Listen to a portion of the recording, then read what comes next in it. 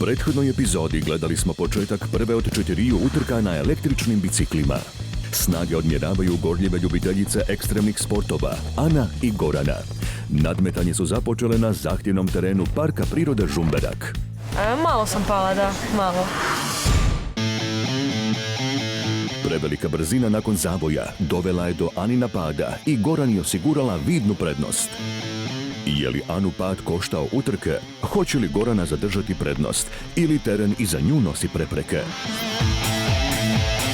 Saznajte tko je pobjednica. Gorana ima puno iskustva. Vidim da se ne boji ništa isprobati.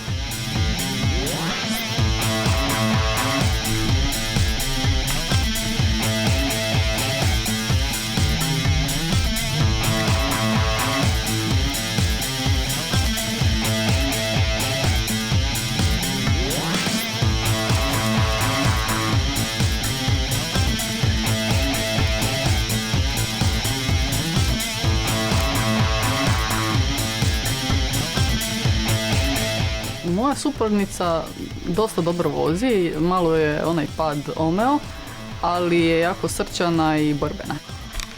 To mi se kod nje sviđa.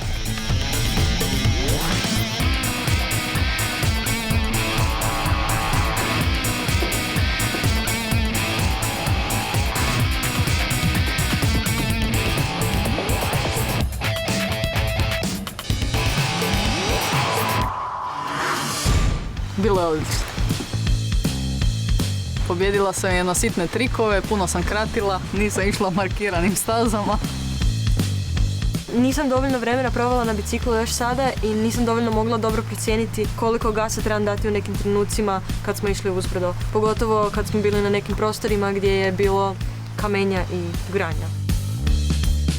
Moram priznati da se Ana jako borila sama sa sobom i s biciklom koji je puno teži od nje i stvarno me iznenadila svojom upornošću i svaka je čast na tome. Danas su bili najteži dijelovi spustevi kroz šumu zbog granja i zbog malo teže upravljivosti samog bicikla jer je poprilično je težak, ima skoro 50 kila što mu daje dodatnu i brzinu i snagu za dole i malo ga je teže kontrolirati. Nisam dobro tempirala, to jest mogla procijeniti koliko gasa moram davati na nekim dijelovima, pa mi je bicikl ili zaglavio ili otišao previše u zrak. Na Kopačkom ritu će to biti drugačije jer ima više blata što mi više odgovara i vjerujem da će tamo biti bolje.